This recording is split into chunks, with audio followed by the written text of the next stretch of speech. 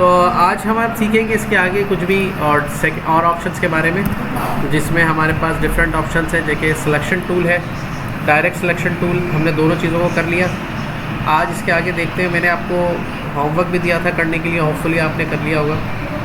तो आज हमारे पास नेक्स्ट जो टूल्स है इस पर काम करने के लिए, उसमें हमारे पास आ जा रहा है रोटेशन टूल। ठीक है, तो ये रोटेशन टूल यहाँ पे हमें मिलता है और ये कैसे काम करता है इसको हम समझेंगे। तो टेक्स्ट पे क्लिक करके हमने यहाँ से क्लिक किया रोटेशन टूल के ऊपर। तो यहाँ पे हमने रोटेशन टूल लिखने के बाद इसके बड़ा कर लिया इसको और यहाँ पे रख लिया। अब रोटेशन टूल देखिए कैसे काम करेगा।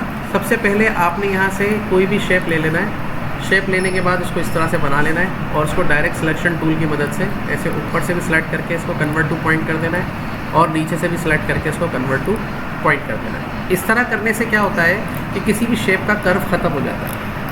अब रोटेशन टूल क्या काम करेगा, इसको हमें यूँ समझना है कि एक सर्किल को कैसे मेजर करते हैं। एक सर्किल के हम रेडियस को मेजर करते हैं, यानी कि 0 डिग्री से लेके 360 डिग्री पे उसको मेजर किया जाता है। जैसे घड़ी के कांटे भी 0 से लेके 360 डिग्री पे घूमते हैं, तो रोटेशन टूल भी इसी तरह से काम करता है। लेट्स सपोज कोई भी शेप को आप रोटेट करना चाहते हैं इस सर्किल के अकॉर्डिंग। ठीक है, तो हमने इस टूल को रख लिया और सर्किल को नीचे रख लिया और हम पहले इसको सेलेक्ट करेंगे। इस शेप को सेलेक्ट करने के बाद यहाँ से रोटेशन टूल लेंगे, इसका सेंटर पॉइंट लेंगे, ऑल्टर के साथ यहाँ पे क्लिक करेंगे और यहाँ पे क्लिक करके 360 डिवाइडेड बाय। अब यहाँ पे 360 डिवाइडेड बाय का क्या मतलब है? 360 का मतलब है कि पूरे सर्किल को डिवाइड करो, कितने आपको ऐसे ऑब्जेक्ट चाहिए। मिसाल के तौर पे 1 चाहिए, 2 चाहिए, 3 चाहिए, 4 चाहिए, 6 चाहिए, उतने ऑब्जेक्ट को आप यहाँ पे लिख देंगे। अब उतने ऑब्जेक्ट जब आप यहाँ पे लिख देंगे तो ये खुद ही उसके बीच के स्पेस और गैप को मेंटेन कर लेगा।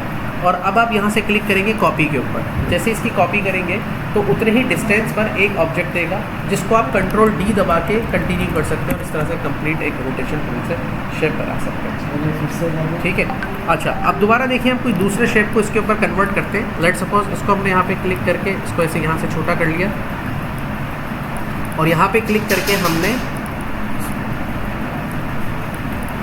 यहाँ से एक और आपने शेप ले लिया, इस तरह का सर्किल ले लिया और इस सर्किल को हम इस सर्किल के सराउंडिंग्स पर अप्लाई करना चाहते हैं। ऑल्टर के साथ यहाँ पे क्लिक कर दिया, सेलेक्ट कर लिया इसको, रोटेशन के साथ क्लिक करके ऑल्टर के साथ यहाँ पे इस पर क्लिक कर दिया।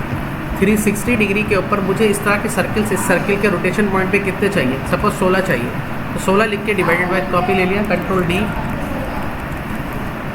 ये देखिए सेलेक्ट करके हमने इसको यहाँ पे इस तरह से छोटा कर दिया और देखें ये इस तरह से क्रिएट हो गया। ठीक है, अच्छा देखें ना, पहले कोई भी शेप आपने बनाना है, उस शेप को जैसे हमने सपोज टू भी डायरेक्ट सिलेक्शन टूल से ऊपर वाले कन्वर्ट टू पॉइंट पे क्लिक किया, इसके कॉर्नर्स को ख़त्म कर दिया हमने। चलो इसी तरह का एक शेप बना लेते हैं। ठीक है, अब इस शेप को हमें एक सर्किल हमने बनाया, उस सर्किल के अकॉर्डिंग इसके सराउंडिंग्स पे मूव करना है। क्या करना है? सर्किल के अकॉर्डिंग पे मूव करना है। तो उसके साथ रख दिया, इसको सेलेक्ट कर लिया, रोटेशन पॉइंट लिया और यहाँ से ले जाके ऑल्टर के साथ इसके सेंटर पे क्लिक करना है। ऑल्टर का बटन दबा के रखना, याद रखें, फिर उसके बाद क्लिक कर देना है। उसके बाद यहाँ पे 360 डिग्री यानी कि पूरे सर्किल का रेडियस हमने निकाल लिया।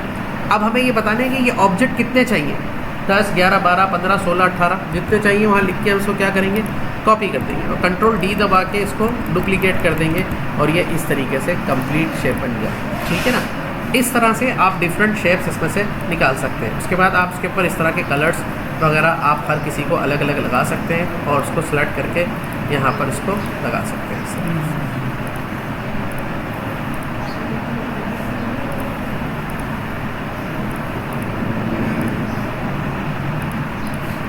देख रहे हैं? तो इस तरह का कोई भी रोटेशन पॉइंट से यूज़ करके आप कोई भी शेप इजीली निकाल सकते हैं और इसको इसी तरह से आपने प्रैक्टिस करना है। ठीक है, एक और चीज़ बता देता हूँ। अब इसी में से हम इसका एक डुप्लीकेट लेते हैं। लेट सपोज अब हम सर्किल के अकॉर्डिंग नहीं चाहते, इसके अकॉर्डिंग चाहते हैं, तो इसमें एक बात का ख्याल ये रखना है कि इसका जो एक बेस पॉइंट है, मतलब ये हमने रोटेशन पॉइंट लिया और ये इसका बेस पॉइंट लिया, यहाँ से इसके यहाँ पे रखा, ऑल्टर के साथ क्लिक किया तो ये बेस पॉइंट यहाँ पर आ गया। 360 में हमें ये 12 चाहिए, यहाँ से क्लिक करके कॉपी कर दिया और कंट्रोल D करके इसको इस तरीके से दोबारा से रोटेट कर दिया। तो ये देखें इस तरह का शेप ऑटोमेटिकली निकल आएगा और इसमें फिर आप अलग अलग कलर्स वगैरह अपनी मर्ज़ी से दे सकते हैं।